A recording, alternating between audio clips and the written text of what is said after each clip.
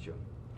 I just signed Executive Order Number 8, an order declaring certain barangays or portion thereof of the city as critical zone per zoning containment strategy in order to provide rapid response operation to contain the resurgence and spread of COVID-19.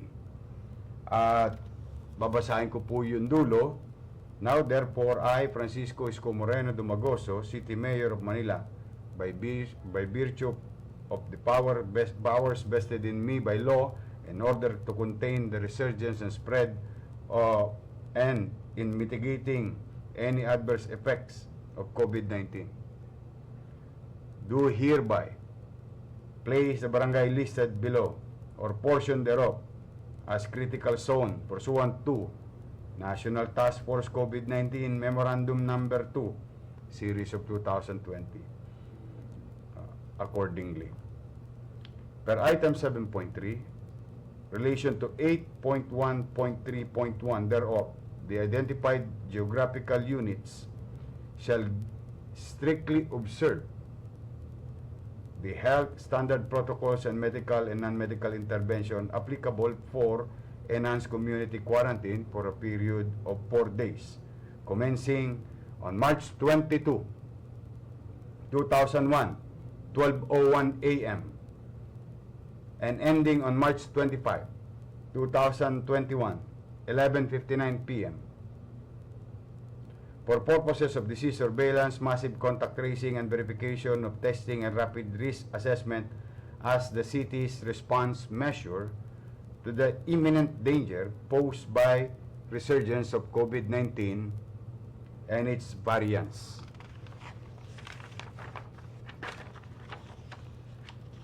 The metes and bounds of the barangays or portion thereof referred to in the immediate preceding paragraph, which are declared as part of CRC and shall observe ECQ protocols are the following: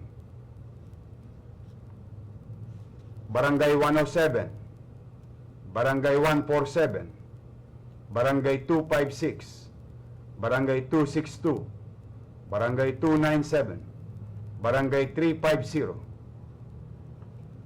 Street lockdown: Barangay 353, Kusang Loob Street, Santa Cruz; Barangay 385, Barangay 513, Barangay 519, Barangay 624. Clustering lockdown: Barangay 658, Building NYK Philship Management, then Barangay 696 and Barangay 831.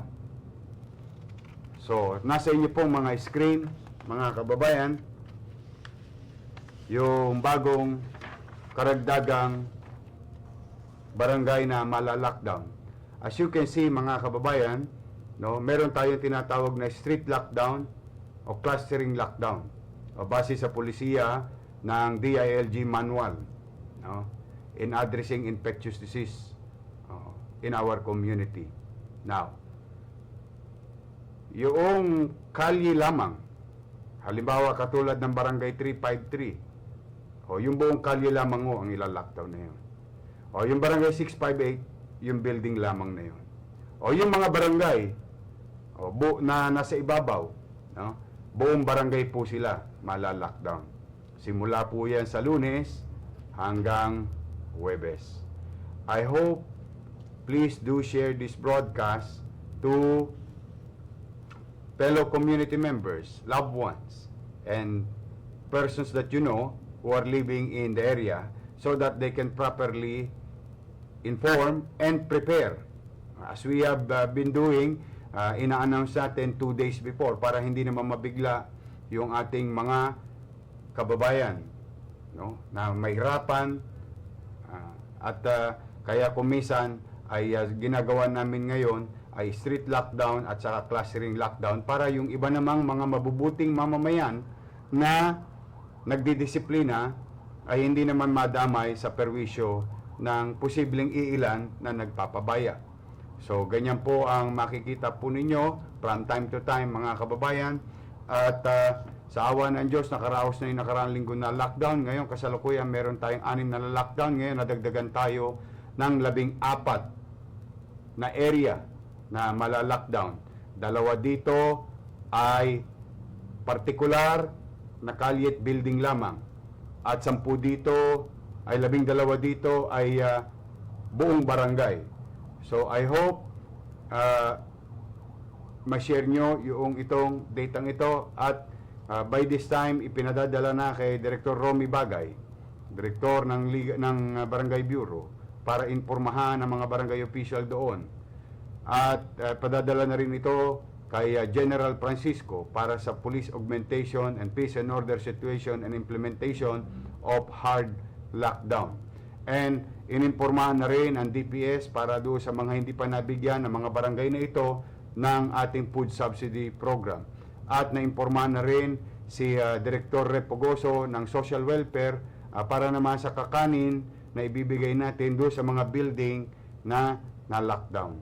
So yan po mga kababayan, I hope you share that information. Sumunod mga kababayan,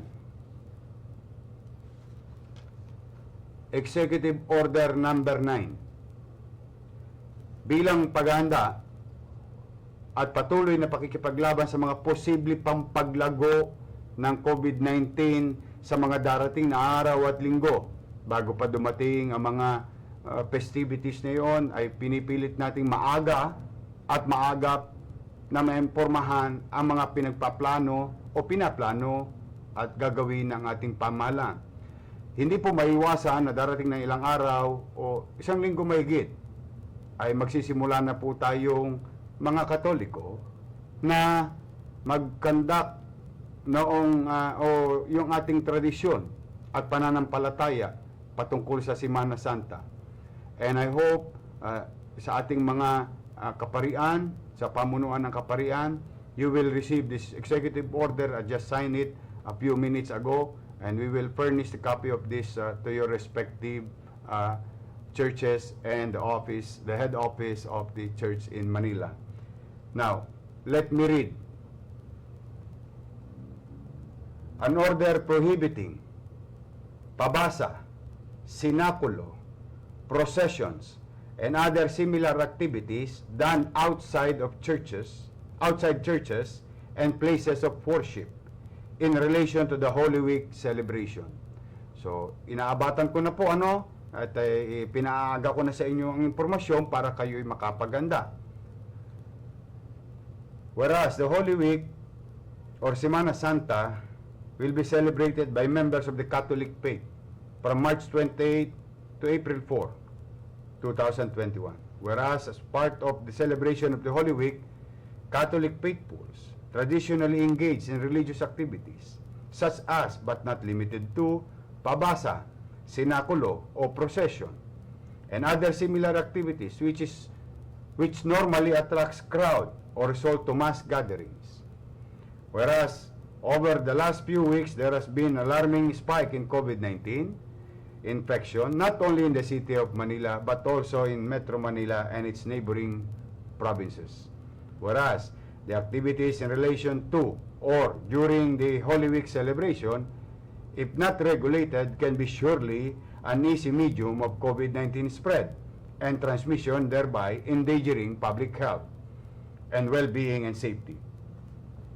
Whereas, Section 16 of the Local Government Code, 1991, empowered the city mayor to carry out such measure as necessary to protect and promote health and well-being and for its constituents, and to take measures that are intended for general welfare.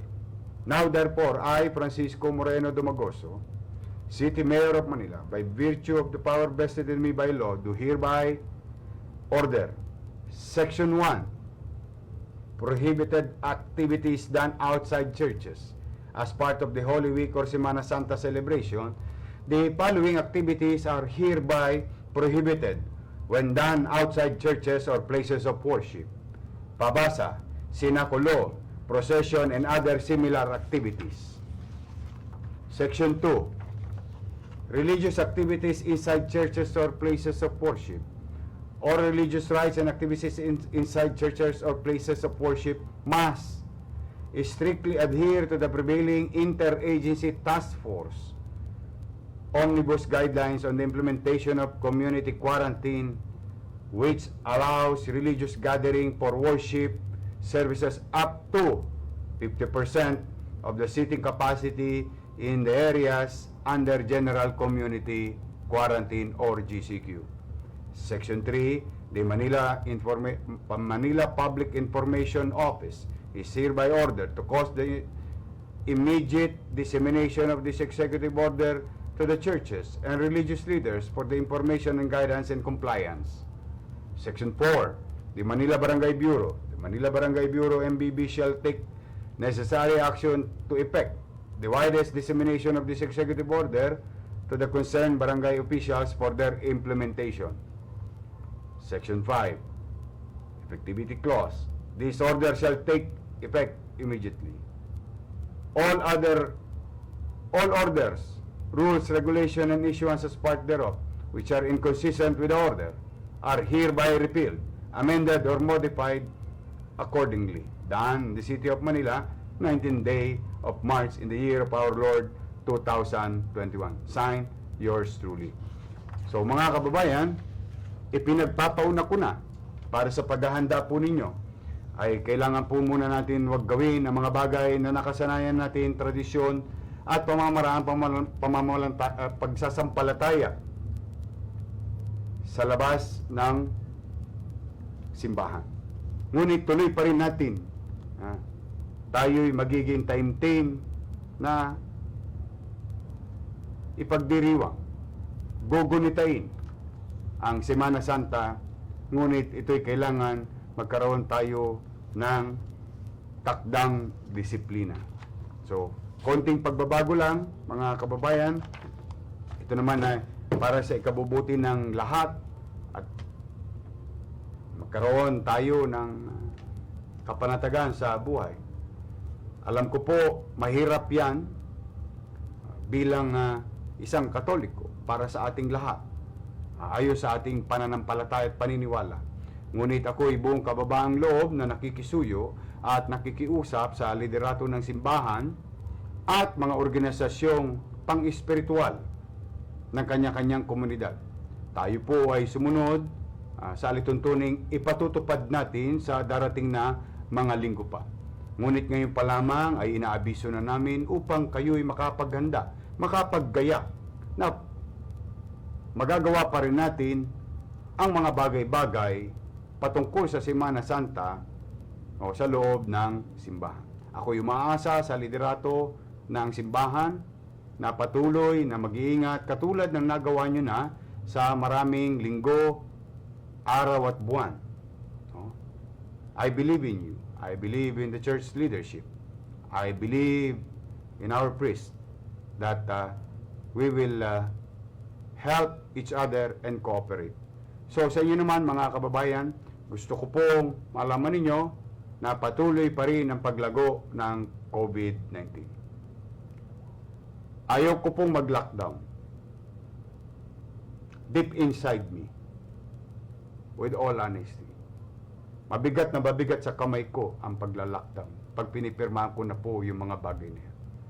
Ngunit it is quite unfair to other communities na sila ay nagdidisiplina, nag-iingat, at ang ilan naman nagpapabaya. Kaya, maasim man ang sukay, kailangan kong inumin.